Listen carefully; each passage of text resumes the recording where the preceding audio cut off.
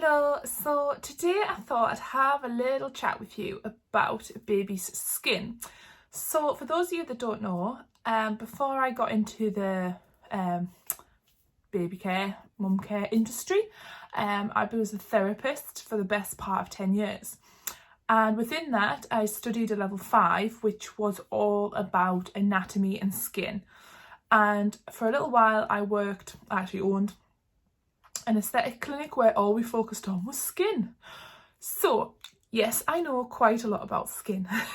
So then when we move that into the baby care industry, we start to look at the difference between baby skin and adult skin. So what I want to try and explain to you today is that we have, at the very top, we have what we call our epidermis, and then we have our dermis underneath. Now our dermis, when we are born, is the thickest part, and then our epidermis is a very thin layer, and that is why, the dermis is the most active part, so this is where we have everything, our nerve endings, our every skin function is within the dermis. The epidermis is the dead layer of skin right at the top. So when you are first born, the active part, the dermis of your skin, is so close to the surface because there is a layer, but there isn't a lot of dead skin at the top. So that is where babies don't have a lot of protection. As opposed to, as we age, so this is our skin, as we age, this starts to get thicker because it can't shed as much, and the underneath part gets thinner, so we have less function, less hydration in this section. So with some skin creams that we apply, we have this effect where we can try and push back this a little bit and remove some of the dead skin, and we're trying to get it back to being more like baby skin. But with that comes, if you think of this as the real raw active centre in the dermis, this part is so sensitive. So it's a bit like wearing, if you wore our blood and everything on the outside of our body, how sensitive that would be to light, to infection, to sunlight, burning, things like that. So that is why we have to be very careful what it is that we use on our baby's skin, because as well, that thin layer, it means that the creams that we use absorb into the active part of our skin a lot quicker, which is where we get a lot of rashes, a lot of reactions from.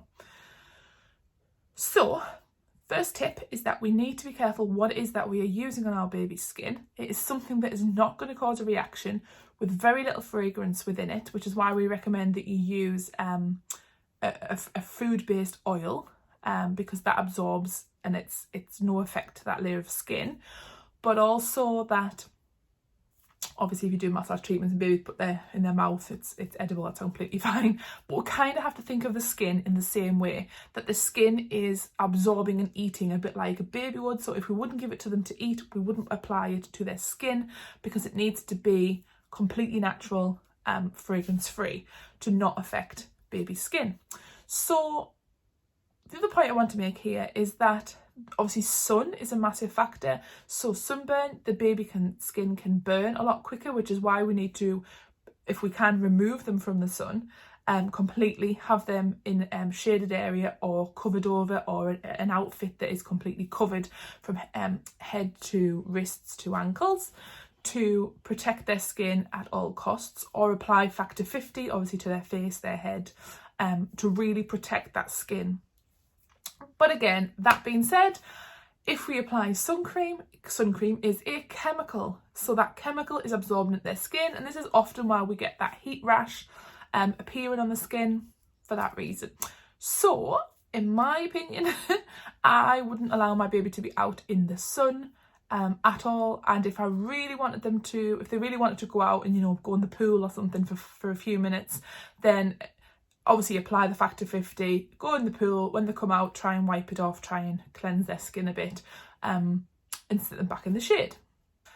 So another thing to mention is obviously if you're bathing your baby, we obviously have to check the temperature of the bath, but this again is because that active layer of the skin is nearer the surface than us as adults, then they are really sensitive to hot and cold textures. So this applies obviously when we pop them in the bath if the bath is too hot, or ultimately if we're going outdoors. We obviously need to wrap our babies up really warm because that's also a factor that they feel the cold more than we do. And the last one that I want to mention is about infection. So because again that layer is thick, this layer is thin, if they get a slight cut or a slight tear on their skin, or let's say they already have maybe it's like cradle cap or something and they've already got that open wound, then this is how infection can easily get to the active layer of skin and cause some issues. So in those cases, obviously we want to try and keep it protected.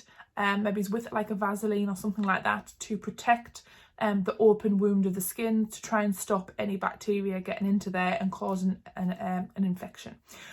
Which is also why when babies are born, they have their vernix all over their body, which is like that oily substance that they are born with, and that is to protect their skin.